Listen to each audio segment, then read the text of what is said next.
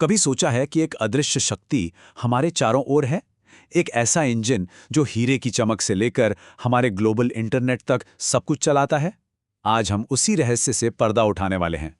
तो जरा सोचिए, एक चमक चमाता हुआ हीरा, बिजली की तेजी वाला इंटरनेट और एक दूरबीन जिससे हम दूर की चीजें देखते हैं। तीनों एकदम अलग अलग चीजें लगती हैं, है ना? लेकिन क्या हो अगर मैं कहूं कि इन सब में एक ही राज छुपा है? जी हाँ, ये बिल्कुल सच है।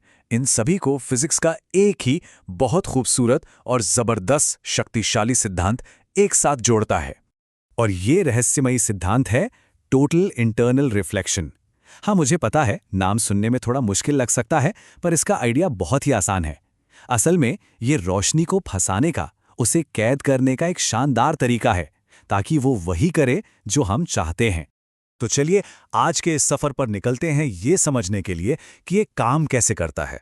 हम फंसी हुई रोशनी के पीछे का राज जानेंगे, देखेंगे कि ये हीरों को कैसे चमकाता है, हमारे इंटरनेट को कैसे पावर देता है और दूरबीन के अंदर रोशनी को कैसे मोड़ता है। और हाँ, आखिर में एक बहुत ही दिलचस्प मोड़ भी देखेंगे जब ये परफेक्ट रिफ्लेक्शन फेल हो जाता है। तो चलिए शुरू करते हैं हमारे पहले हिस्से से, फंसी हुई रोशनी का रहस्य। इसे समझने का सबसे आसान तरीका यह है, सोचिए कि आप एक लंबे सीधे हॉल में टॉर्च चला रहे हैं। लाइट सीधी जाएगी, आसान है।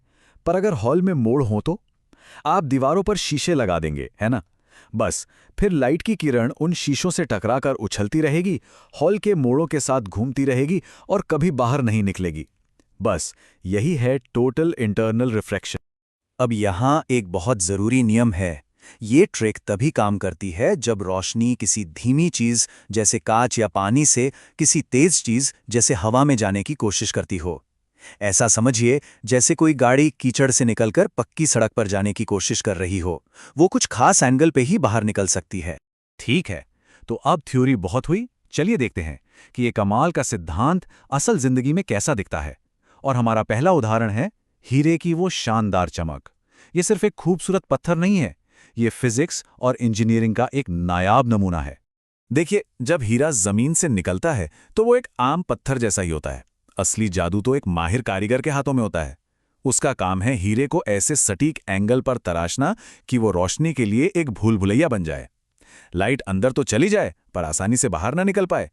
मकसद ये है कि रोशनी अंदर ही फंसकर बार बार टकराए और फिर एक चमकदार धमाके के साथ ऊपर से बाहर निकले, सीधा देखने वाले की आंखों में। ये सब कुछ एक खास एंगल पर टिका होता है, जिसे पवेलियन एंगल कहते हैं। अगर ये एंगल बहुत कम है तो लाइट अंदर तो आती है पर बस नीचे से फिसलकर बाहर निकल जाती है और सारी चमक खत्म। और अगर ये एंगल बहुत ज्यादा है तब भी वही हाल होता है, लाइट फिर से नीचे से निकल जाती है। नतीजा एक बेजान सा पत्थर। लेकिन जब वो एंगल बिल्कुल सही होता है, 40.5 से 40.8 डिग्री के उस जादुई दायरे में, तब होता है असली कमाल।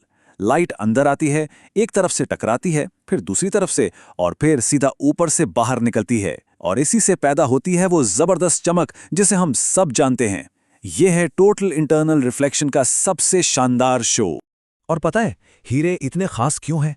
क्योंकि उनका क्रिटिकल एंगल, यानी वो एंगल जिस पर लाइट बाहर निकल सकती है, सिर्फ 24.5 डिग्री होता है। ये बहुत ही छोटा एंगल है, जिसका मतलब है कि लगभग सारी लाइट जो अंदर जाती है वो अंदर ही फंस जाती है और वही बेमिसाल चमक पैदा करती है। चलिए अब एक छोटे से हीरे की चमक से निकलकर उस टेक्नोलॉजी पर चलते हैं जो हमारी पूरी दुनिया को जोड़ती है, इंटरनेट की कांच की रीढ़। एक फाइबर ऑप्टिक केबल हमारे शीशे वाले हॉल का एक बहुत ही हाईटेक वर्जन है। सोचिए, बहुत ही शुद्ध कांच का एक बेहद पतला तार है जिसे कहते हैं कोर। इसके ऊपर एक दूसरे तरह के कांच की परत होती है जिसे क्लैडिंग कहते हैं। लाइट कोर के अंदर सफर करती है और जब भी वो क्लैडिंग से टकराती है वो पूरी की पूरी वापस कोर में उछल जाती है। ऐसा अरबों बार होता है, बिना कोई एनर्जी। और रोशनी को इस तरह कैद करने की ये काबिलियत ही फाइबर ऑप्टिक्स को पुराने तांबे के तारों से कहीं बेहतर बनाती हैं। ये ज्यादा डेटा ले जा सकती है, लंबी दूरी पर सिग्नल कमजोर नहीं होता, इस पर बिजली का कोई असर नहीं होता, और ये हल्की और ज्यादा सुरक्षित भी है। ये सब कुछ बस एक ही सरल सिद्धांत की वजह से मुमकिन है, टोटल इंटरनल रिफ्लेक्शन। चलिए अब हमारे तीसरे उदाहरण पर चलते हैं, जो उन चीजों में छिपा है जिन्हें हम शायद रोज देखते हैं लेकिन कभी गौर नहीं करते।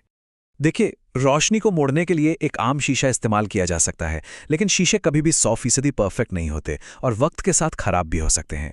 वहीं दूसरी तरफ एक प्रिज्म टोटल इंटरनल रिफ्लेक्शन का इस्तेमाल करके रोशनी को लगभग पूरी तरह से बिना किसी नुकसान के मोड़ सकता है। ये एक परमानेंट लगभग परफेक्ट शीशे की तरह है जिस पर किसी कोटिंग की जरूरत ही नहीं। दूरबीन के अंदर भी यही होता है। पोरोप्रिज्म नाम के दो खास प्रिज्म मिलकर लाइट के रास्ते को अंदर ही अंदर 2 बार मोड़ते हैं। इससे न सिर्फ दूरबीन छोटी और कॉम्पैक्ट हो जाती है, बल्कि ये तस्वीर को सीधा भी कर देती है ताकि हमें सब कुछ सही नजर आए। है ना कमाल का डिजाइन?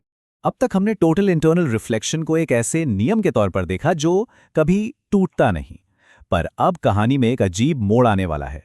क्या होता है जब ये परफेक्ट रिफ्लेक्शन उतना परफेक्ट नहीं रहता? यहां आकर चीजें थोड़ी अजीब हो जाती हैं। फिजिक्स हमें बताती है कि जब लाइट पूरी तरह से रिफ्लेक्ट होती है, तब भी उसकी एनर्जी का एक छोटा सा भूतिया हिस्सा सतह के ठीक बाहर दूसरी तरफ लीक होता है। इसे इवेनेसेंट वेव कहते हैं। इसे ऐसे समझिए जैसे रोशनी की एक धुंधली सी परछाई सतह से चिपकी हुई है जो बाहर नहीं निकल पा रही। ये लगभग एक रहस्यमयी परछाई की तरह है जो बस सतह पर मौजूद है। तो सवाल ये उठता है कि अगर हम इस परछाई को छेड़ दें तो क्या होगा?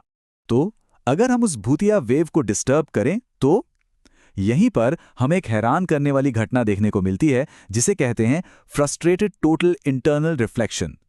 अगर आप कांच का एक और टुकड़ा उस सतह के बहुत बहुत करीब ले आएं, इतना करीब कि बीच की दूरी लाइट की वेवलेंथ से भी कम हो, तो वो इवेनेसेंट वेव रोशनी को उस खाली जगह के पार कूदने का रास्ता दे देती है। अचानक रिफ्लेक्शन अब टोटल नहीं रहता, वो फ्रस्ट्रेट हो जाता है। ये कुछ क्वांटम टनलिंग जैसा है, लेकिन रोशनी के साथ। तो ये है पूरी कहानी, फिजिक्स का एक अकेला खूबसूरत सिद्धांत जो हीरे की आग, हमारे ग्लोबल इंटरनेट और दूरबीन की चतुराई को ताकत देता है। यह सब कुछ फंसी हुई रोशनी की इस अविश्वसनीय शक्ति का ही कमाल है। और यह सोचने पर मजबूर करता है ना कि फिजिक्स के और कौन-कौन से ऐसे छिपे हुए नियम हैं जो हमारी रोजमर्रा की जिंदगी को चला रहे हैं और हमें उनका अंदाजा तक नहीं है।